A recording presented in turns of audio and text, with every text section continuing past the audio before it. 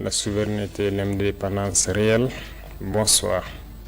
À l'orée de l'an 2026, c'est encore un honneur pour moi de prendre la parole et de vous faire un bilan exhaustif de l'année 2025 et aussi les perspectives pour l'année 2026.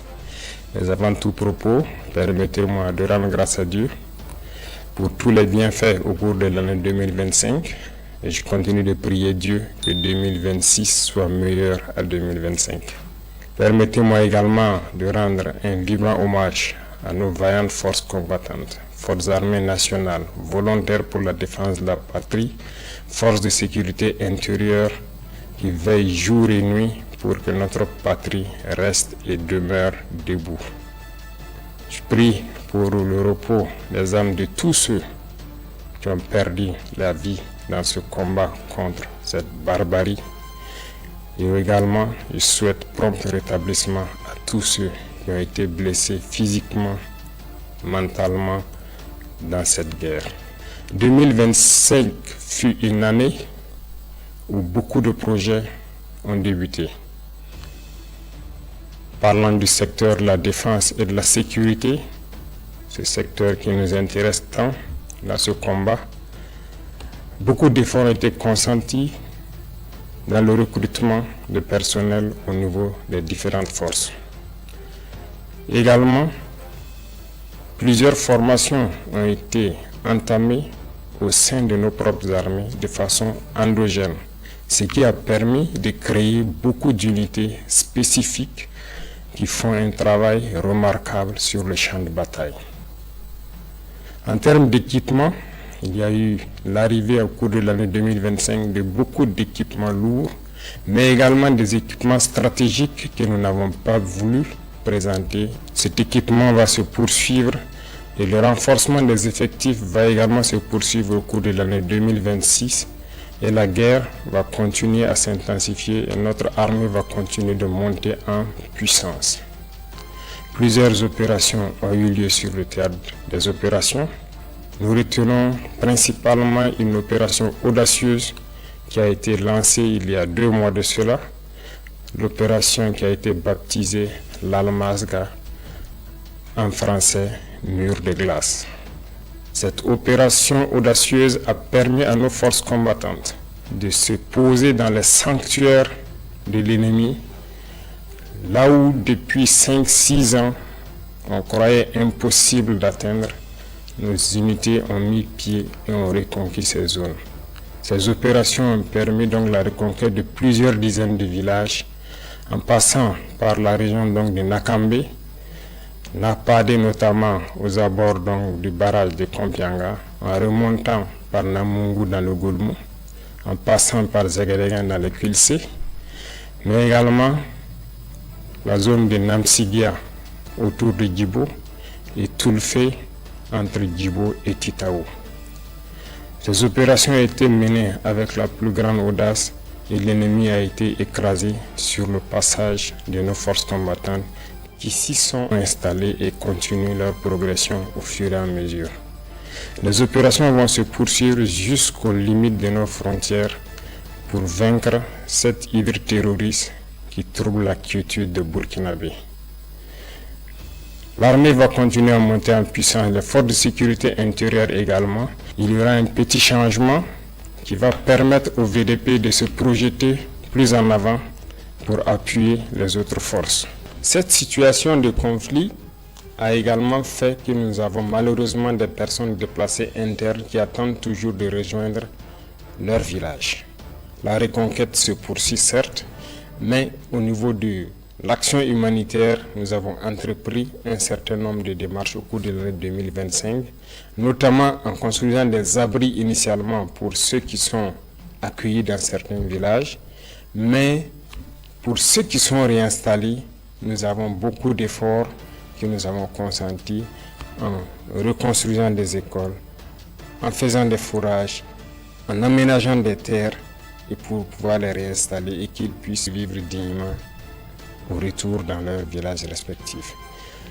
Nous allons poursuivre cette tendance parce que nous ne voulons pas que nos populations qui retournent dans leurs villages reste dans l'assistanat.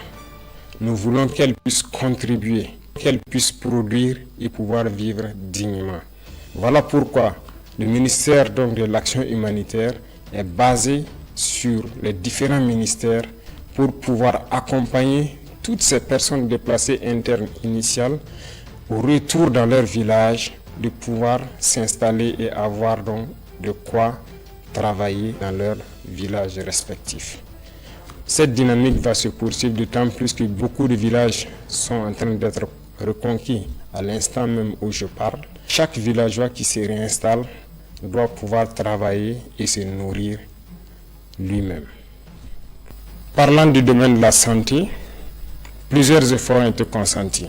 Il s'agit notamment donc de la construction de centres médicaux communaux qui ont vu le jour en 2025 et cette dynamique va se poursuivre. Certains sont en phase de finition, mais d'autres sont donc en début de construction. L'équipement de ces centres va permettre de rehausser donc le niveau de l'offre de soins au niveau de nos populations. Pour les centres existants, le plateau technique a été amélioré en termes de laboratoire, en termes d'imagerie. Ces offres de soins vont continuer de s'améliorer au profit de nos populations, mais également au profit donc des populations de nos pays voisins, parce que le nombre de patients venus des pays voisins a connu donc un accroissement considérable au cours de l'année 2025, dû principalement à notre politique de revoir à la baisse les coûts des prestations de santé.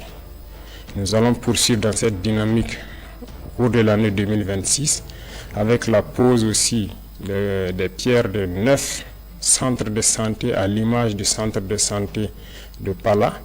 Toutes ces infrastructures vont donc connaître un début en cours de l'année 2026. Dans le domaine de l'éducation, plusieurs projets ont eu lieu, notamment donc la mutation et la modernisation de nos structures éducatives, des constructions qui désormais vont aller en hauteur.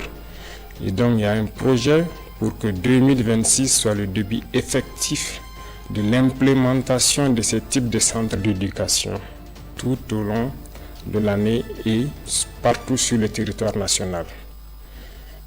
Vous savez bien que nous sommes dans une mutation pour amoindrir un peu l'effet de l'enseignement général et mettre l'accent sur l'enseignement technique et professionnel. Cette mutation est en cours. Beaucoup de lycées techniques et professionnels verront le jour, mais également très bien équipés pour pouvoir répondre aux besoins de développement de notre patrie. Du côté de nos étudiants, beaucoup de centres universitaires verront le jour donc au cours de l'année 2026, mais déjà en 2027, nous avons commencé la construction d'un certain nombre d'amphithéâtres et de bâtiments pédagogiques. Certains sont en phase de finition et d'autres finiront en 2026. Nous poursuivrons cette dynamique pour permettre à tous les centres universitaires, à toutes les universités, de pouvoir étudier de façon digne et aussi la modernisation en ce qui concerne l'Internet et l'éducation virtuelle va se poursuivre parce que nous venons d'acquérir donc un certain nombre de serveurs au profit uniquement des universités pour que les étudiants puissent avoir des bibliothèques en ligne et cette dynamique va se poursuivre.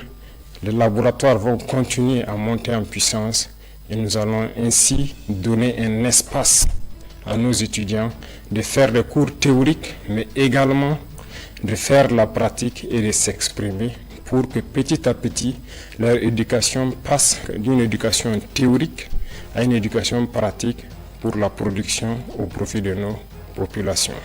Dans le domaine des infrastructures, beaucoup d'efforts ont été consentis.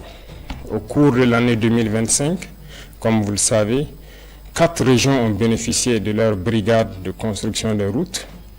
D'autres équipements spécifiques de terrassement et également de bitumage sont arrivés.